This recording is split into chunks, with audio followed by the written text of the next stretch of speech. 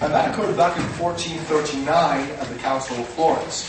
What were those institutions? Well, on the one hand, the conception of the modern nation-state republics under the government of natural law.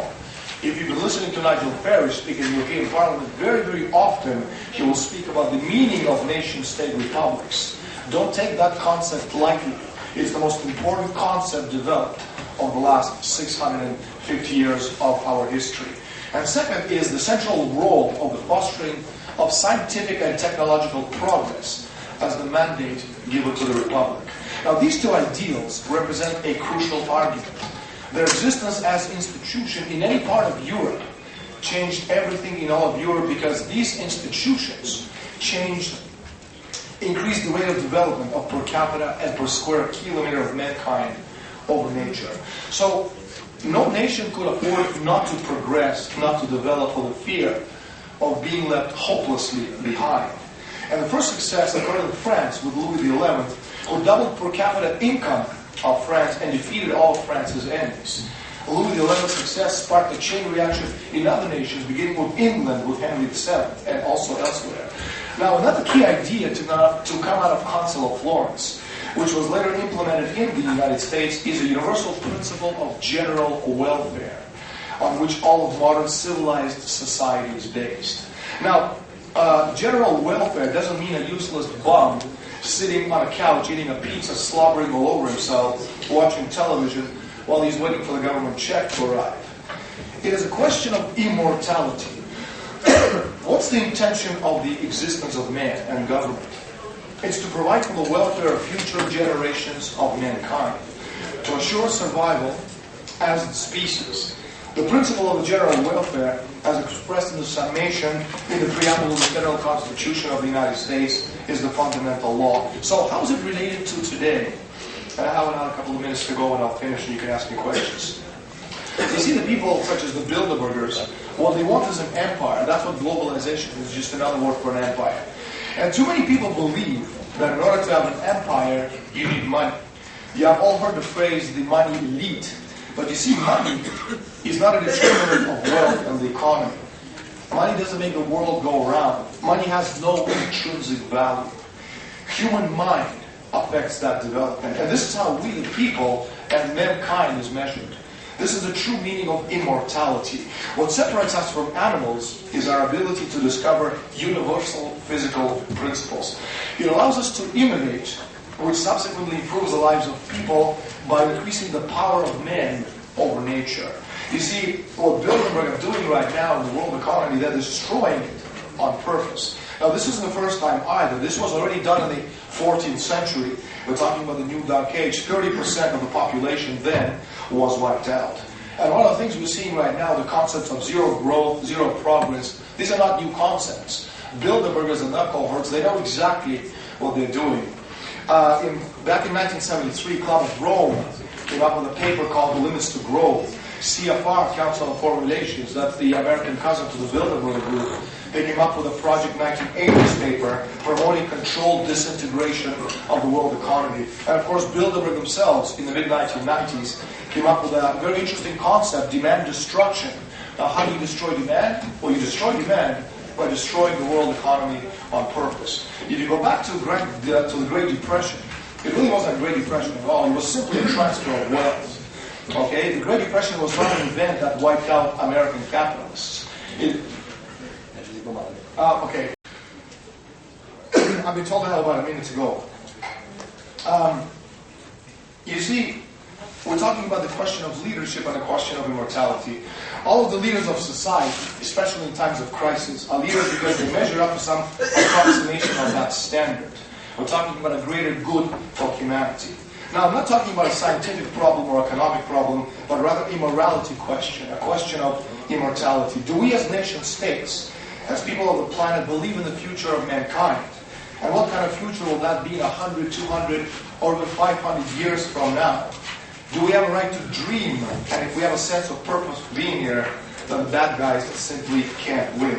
And finally, in closing, I was talking again about nation-state republics.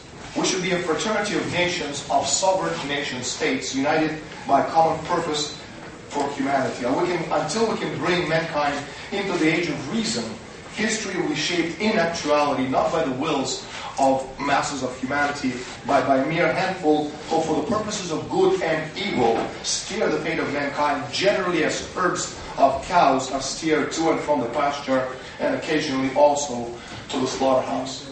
I'll stop right now and welcome your questions. Thank you very much.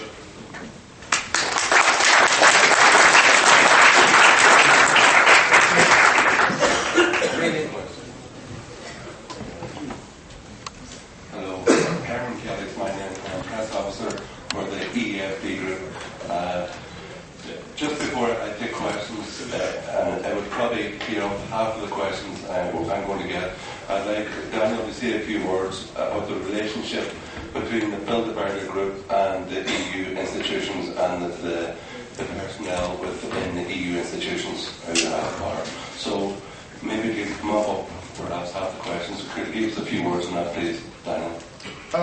As I said before, Bilderberg is part of the world elite. None of the institutions, none of the individuals who form part of the Bilderberg group, be they from France or from Germany or from Ireland, none of the people who are part of the Bilderberg group are actually working for the good of the nation. I already have the list of agenda items which was leaked to me from inside Bilderberg in a circle. The Bilderberg meeting starts the day after tomorrow in Spain.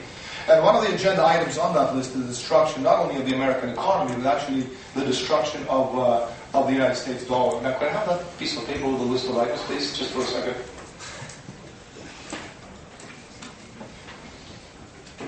Some of the items on the Bilderberg agenda, which starts again tomorrow, is will the euro survive? Developments in Europe. Euro's exit strategy on hold, question mark. So, and finally, the last question, the future of US dollar, alternative scenarios. Now, if the American dollar plunged, the collapse of fictitious massive outstanding dollar-denominated internal credit brought about by either devaluation or a hyperinflation, or what a nominally United States dollar-denominated obligations would in itself prompt the sudden collapse of the entire world physical economy.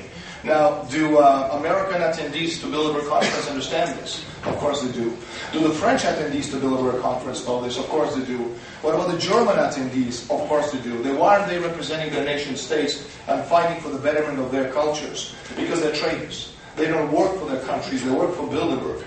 And Bilderberg idea is, again, not one world government, but rather the creation of one world company limited. And that's incompatible with the idea of nation-state republics. So anybody who attends Bilderberg, such as Barroso and Trichet and Van Rompuy, they're enemies of humanity. Any questions, please? Michelle, please, in the blue. I'm going to go from Spanish news, from Spanish national radio. I'm sorry for my English because it's not so good. Maybe I misunderstood you a bit, but if I well understood, you said, apparently you suggest that the European Union is some kind of, and especially the European Monetary Union is some kind of a product of this conspiration of Bilderberg Group. At the same time, you are suggesting that the crisis now is a production of this Bilderberg Group. I think there's a clear contradiction because one of the victims of this crisis is the euro. So I don't quite understand the question. Yeah, you are suggesting that the euro, the European money, the European coin, is a product of this Bilderberg Group. I'm gonna explain to you. I think I'm not sure if I understand completely, but I'm gonna try to answer it. Now, look at Greece as an example. What they're trying to do is blow up the system by instead of allowing Greece to. I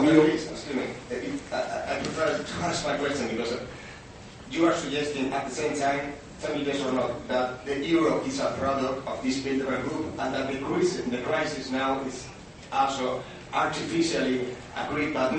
No, I'm not suggesting that at all, because as I said in the very beginning, you don't have a boogeyman who controls the world economy from behind the scenes by a set of strings. I'm going to give you an example of Greece. What they're trying to do is they're blowing up the system. Instead of allowing Greece to reorganize its money system, they're imposing the Greeks that the Greek debt be bailed out by Europe. But the debt is, that debt is worthless. It's garbage. It's monopoly money. It's not real money. The Greek debt is nothing.